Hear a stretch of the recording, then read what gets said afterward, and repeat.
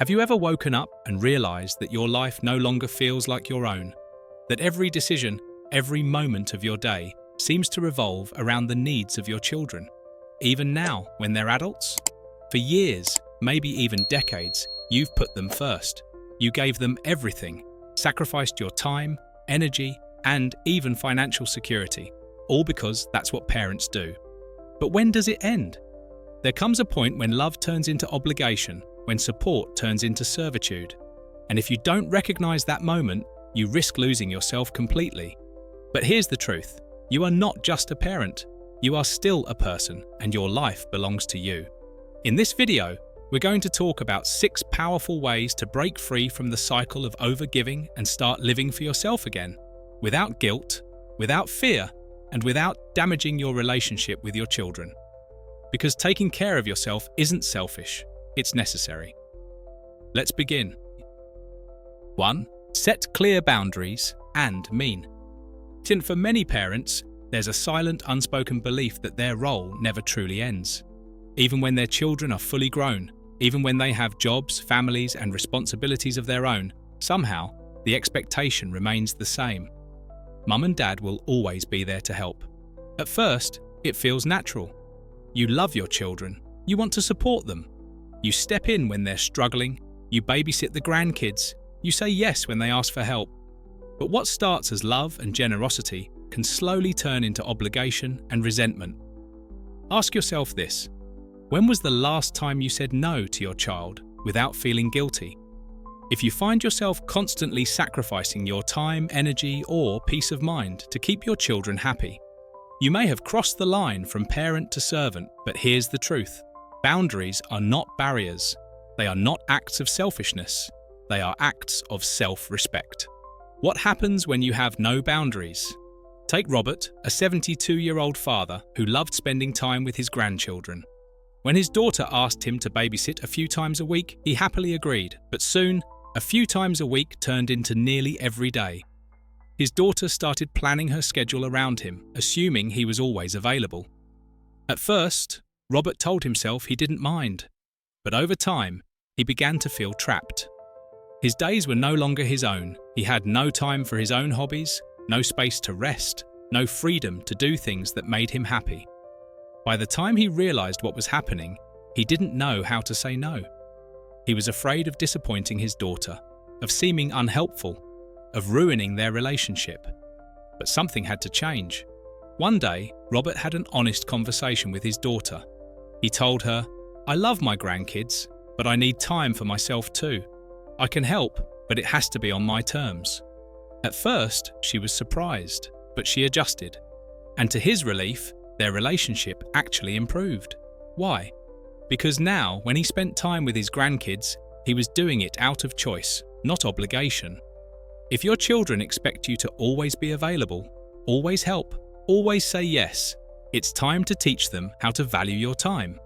Decide what you are and aren't willing to do. Be clear about what kind of help you can offer without it taking over your life. Communicate your limits with confidence. You don't have to justify your boundaries. Simply say, "I can't commit to that," or "that doesn't work for me." Stick to your decision. If you give in every time they push back, your boundary loses its meaning. Consistency is key. At first, setting boundaries may feel uncomfortable, especially if you've spent years putting your children first. But over time, it becomes freeing. Because the truth is, healthy boundaries strengthen relationships. When you set limits, you're not pushing your children away. You're allowing them to see you as a person with needs, dreams, and a life of your own. And setting boundaries isn't just about your time. It's about your resources too. In the next section, we're going to talk about something that has left far too many parents in financial ruin: sacrificing your financial security for your adult children. Because if you don't protect yourself, no one else will. 2. Protect your financial security before it's too late. Many parents believe that helping their children financially is just part of being a good parent. After all, you've spent decades providing for them, covering their school fees, buying them clothes, putting food on the table. It's a hard habit to break, but here's the reality that too many seniors learn when it's already too late. There is no retirement bailout. Once your money is gone, no one is going to replenish it for you. And while your children may genuinely appreciate your help in the moment, they are not the ones who will suffer the long-term consequences. You are. When helping turns into a financial trap. At first, it feels like the right thing to do, helping your child when they're struggling, stepping in when they fall behind on bills, or co-signing a loan so they can get back on their feet. After all, what kind of parent wouldn't want to see their child succeed? You tell yourself, it's just a little help, just this once, but then it happens again. Another financial setback, another request, another promise that this is the last time. You convince yourself that if you don't help, they might lose their home, their car, their job, their stability. So, you do it again. Then one day you check your accounts and realize the money you worked your entire life to save is disappearing. Your retirement fund isn't what it should be. The security you once felt is fading. And what's worse, the requests don't stop. The more you give, the more they rely on it. And the longer this continues, the harder it becomes for them to stand on their own 2 feet. Suddenly, you're not just helping, you're enabling. And if you don't stop, you risk putting your own future in jeopardy. The harsh truth: your children have more time than you do. It's one of the hardest truths for any parent to accept. You cannot financially save your children without sacrificing yourself. Your children have years ahead of them to recover from financial mistakes. They have time to earn more, build credit, save for retirement, and create stability for themselves. You don't. Every dollar you give them is a dollar you can't replace. Every withdrawal from your savings is time you can't get back. And if you run out of money in retirement, who will be there to help you? Will they be in a position to support you? And even if they are, will they? This is why financial boundaries are not selfish. They are necessary. It doesn't mean you can't help at all. It means you must be realistic about what you can afford to give without harming yourself. Because in the end, the best gift you can give your children isn't money. It's the lesson of self-reliance. And protecting your financial security is just one piece of the puzzle. In the next section, we're going to talk about something just as important: reclaiming your identity. Because life isn't just about surviving, it's about truly living. 3. Reclaim your identity beyond parenthood. For decades, your life has revolved around being a parent. From the moment your child was born, their needs came before your own. You sacrificed sleep, time, energy, even your own dreams, all to give them the best life possible. But now, they're grown. So why does it still feel like your world revolves around them? Somewhere along the way, many parents lose themselves. They spend so much time being needed that when that need lessens, they don't know who they are anymore. Have you ever caught yourself waiting for your children to call before making plans? Have you ever put off doing something for yourself because you were worried your family might need you? Do you feel guilty for spending time on hobbies, travel, or friendships that don't include your children? If so, you're not alone. But here's the truth. Your identity is not just mum or dad. You are a whole person, one with passions, dreams, and a life still waiting to be lived. What happens when you neglect yourself? When parents prioritize their children's needs for so long, they often forget what makes them happy. They stop doing the things they once loved. Their social circles shrink. Their world gets smaller. And then, one day, they wake up and realize they don't know who they are outside of their family role. Take a moment and ask yourself, what did you love to do before parenting took over your life? What hobbies, dreams, or interests have you put on hold? If your children didn't need you tomorrow, how would you fill your time? If those questions feel difficult to answer, that's a sign it's time to rediscover yourself. The good news is, it's never too late to reclaim your identity. Reconnect with old passions. Think back to the things that once brought you joy: reading, painting, gardening, traveling, music, sports. Start small. Even just dedicating an hour a week to something you love can make a difference. Build a life outside of your children. Join a club, take a class, volunteer, find a new social group. Surround yourself with people who share your interests, not just people who expect something from you. Give yourself permission to put yourself first. If you've spent years putting others ahead of you, this will feel uncomfortable at first. That's okay. Do it anyway. Your life does not have to shrink just because your children have grown. In fact, this can be the most fulfilling chapter of your life, if you allow it to be. The truth about letting go. Loving your children doesn't mean making them the center of your universe forever. It's okay to let go of the need to always be available, to always be involved, to always be the first person they turn to. Because when you reclaim your identity, something surprising happens. Your relationship with your children actually improves. They start to see you not just as their parent, but as a whole person. Someone independent, someone happy, someone who inspires them to live fully too. And speaking of inspiration, in the next section, we're going to talk about one of the greatest gifts you can give your children. Not endless support, not always being there to fix their problems, but something even more powerful, the lesson of self-reliance. 4. Teach self-reliance instead of dependency. One of the greatest gifts you can give your children isn't your constant support, it's the ability to stand on their own 2 feet. Many parents fall into the trap of fixing every problem, stepping in before their children struggle, and always being the safety net. It feels like love. It feels like the right thing to do. But over time, this creates dependency, not strength. Are you helping, or are you enabling? There's a fine line between helping your children and keeping them from growing.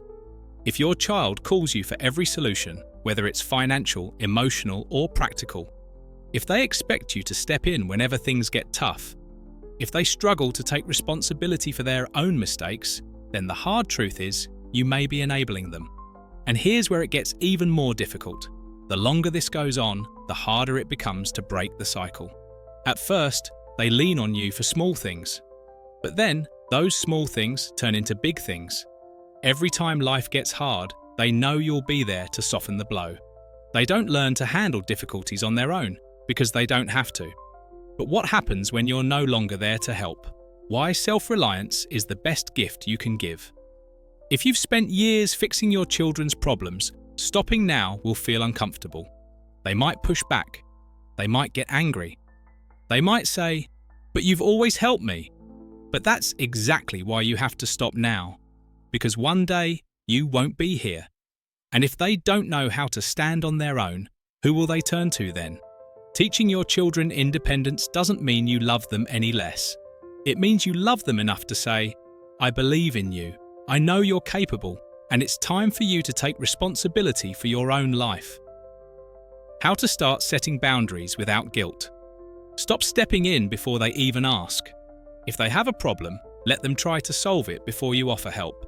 Encourage problem solving instead of providing answers. When they ask, "What should I do?" respond with, "What do you think you should do?" Be okay with their discomfort. Growth comes from struggle. Let them figure things out, even if it takes longer or isn't done perfectly. When you step back, they step up. Many parents fear that if they stop helping, their children will resent them. But in reality, most children end up respecting their parents more. Because when they finally solve a problem on their own, when they learn they can stand on their own 2 feet, they gain confidence. They don't just survive without you, they thrive. And as a parent, isn't that what you've wanted for them all along? In the next section, we're going to talk about something just as important as self-reliance, your own emotional well-being. Because too many parents tie their happiness to their children's actions, and it's time to break free from that cycle. 5. Protect your emotional well-being. Too many parents, especially as they grow older, tie their happiness to their children's actions. If their children call often, they feel loved. If they visit regularly, they feel valued. But if the phone stays silent, if visits become rare, if life pulls their children in different directions, they feel abandoned, unappreciated, forgotten. This emotional dependence is not only painful, it's dangerous. Because the moment you let your happiness depend on someone else, you give up control of your own life. The unspoken truth about growing older. It's natural to want to feel needed. For decades, you were the center of your child's world. You were their protector, their guide, their safe place. And now, they have their own lives. Their jobs, their families, their responsibilities take priority, just like yours once did when you were their age. It's not that they don't love you. It's not that they don't care. It's just that their world has expanded, while yours may have shrunk. And this is where many older parents make a painful mistake. Instead of building a life outside of their children, they wait. They wait for the phone to ring. They wait for their children to invite them over. They wait for someone else to bring them happiness. But waiting only leads to disappointment. Reclaiming your emotional independence. The happiest, most fulfilled older adults do not wait for others to make them happy. They create their own joy. They understand that while family is important, it is not their only source of love, purpose, or connection. So how do you take back control of your emotional well-being? Stop measuring your worth by how often your children call or visit. Their love is not defined by the frequency of their check-ins.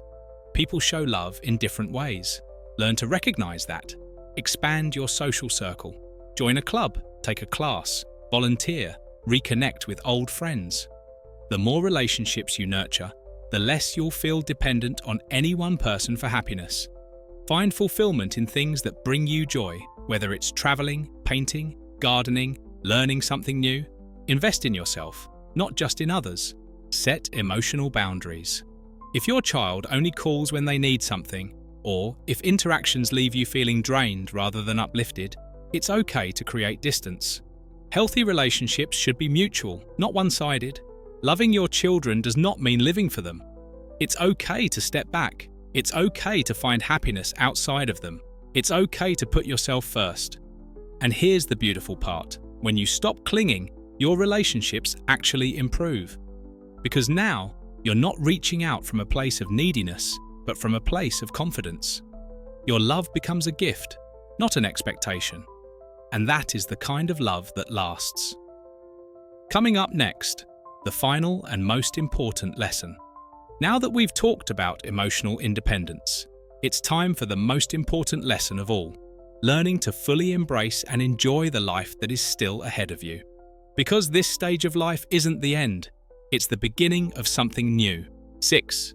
Embrace this chapter. Your life still belongs to you. For years, maybe even decades, your focus has been on everyone else. Your children, your family, your responsibilities. You've given your time, your energy, and your heart to make sure everyone around you was taken care of. But now, I want you to ask yourself a question. Who's taking care of you? Because here's the truth. Your life is still yours. It doesn't matter how old you are. It doesn't matter what you've been through. It doesn't matter how much time has passed or how much you've sacrificed. There is still life left to be lived. But only you can decide to start living it. You are more than just a parent. It's easy to believe that once your children grow up, your purpose shrinks. But that's a lie. You are not just a mother, a father, a grandparent. You are a whole person. You still have dreams, passions, and experiences waiting for you. If you've spent years saying, "One day I'll travel." If you've told yourself, "I used to love painting, but I just don't have time anymore."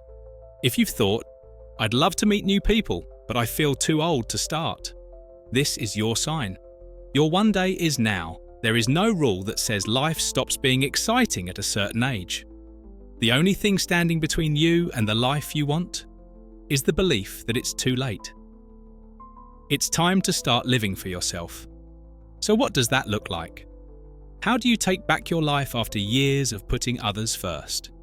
Give yourself permission to put yourself first. It's not selfish. It's necessary. Say yes to new experiences. Travel. Take that class. Go on that trip. Meet new people. Do the things you've always wanted to do. Let go of guilt. You have spent a lifetime giving. Now it's your turn. Find joy in the everyday. Happiness isn't just in big moments, it's in the small ones. A walk in the park, a conversation with a friend, a quiet morning with a book. Cherish them. Too many people look at old age as an ending. But what if instead you saw it as a beginning of freedom, a beginning of self-discovery, a beginning of a life that is truly yours. You have given so much to the world. Now, it's time to give something to yourself. For so long, your life has been shaped by the needs of others, your children, your family, your responsibilities. But now, as you stand in this chapter of life, you have a choice. Loving your children doesn't mean sacrificing yourself. Being a good parent doesn't mean being available at all times. You can support them while still living a life that feels fulfilling, exciting, and meaningful. This is not the end of your story. It's a new beginning. You've spent a lifetime giving, sacrificing, and showing up for others. Now, it's time to show up for yourself. Say yes to new experiences. Set boundaries without guilt. Find joy in your own life, not just through your children. Reclaim who you are beyond being a parent.